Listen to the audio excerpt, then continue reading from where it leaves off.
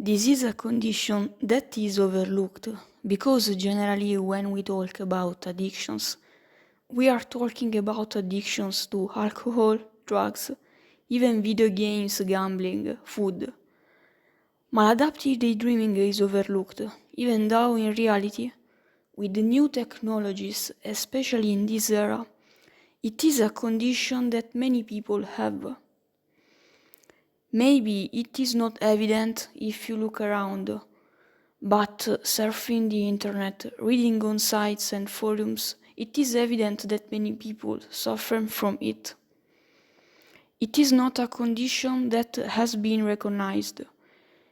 It usually develops in childhood in children who have a certain predisposition to imagination, sensitive, introverted children. In most cases, it may happen that during childhood it is not a real addiction, but rather a tendency that then evolves during adolescence or pre-adolescence because perhaps in that period of life a person comes into contact with a more complicated social environment.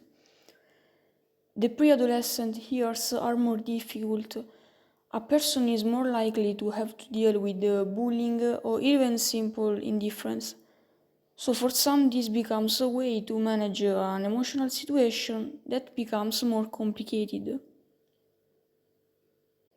In many cases, it may not be caused by trauma, as is generally thought, but it could be caused by boredom, because the human brain seeks pleasure and a person for some circumstance finds himself doing an action once, then his brain remembers this action that gave him so much pleasure, and therefore he remembers it and creates the conditions to do it again.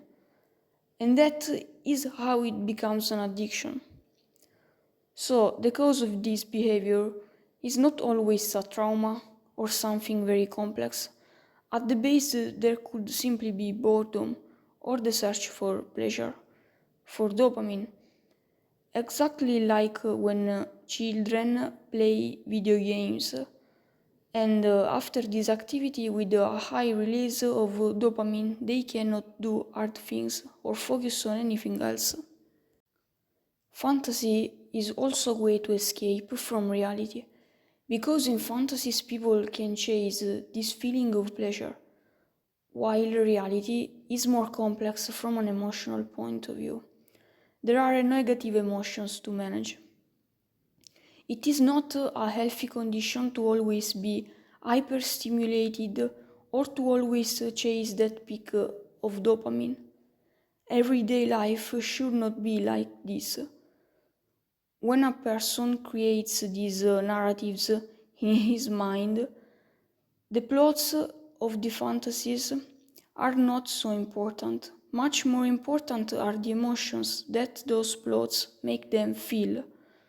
This happens not only with fantasy, but in all addictions. You are not addicted to a substance, to alcohol, but to the emotions that they trigger. A person perhaps lives in a situation where they are not happy at home with their siblings or with their family, and are not happy at school with their peers either. And so this is their way of escaping from reality and regaining that emotional control that otherwise is not there.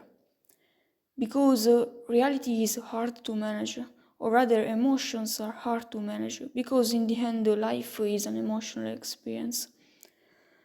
Two people can find themselves in the exact same situation, but feel very different emotions. In his mind, when a person creates these stories, they have total control. Sometimes there can be a serious trauma at the root of it all, but in most cases the cause is not that complex. It can be feeling isolated or not being able to connect with others because of shyness. So, not being able to express what one is with others. The person who suffers from it, even if he finds himself with others still feels alone because he is unable to express what he is because he has a mental block or something like that. Instead, in fantasy, he manages to express himself.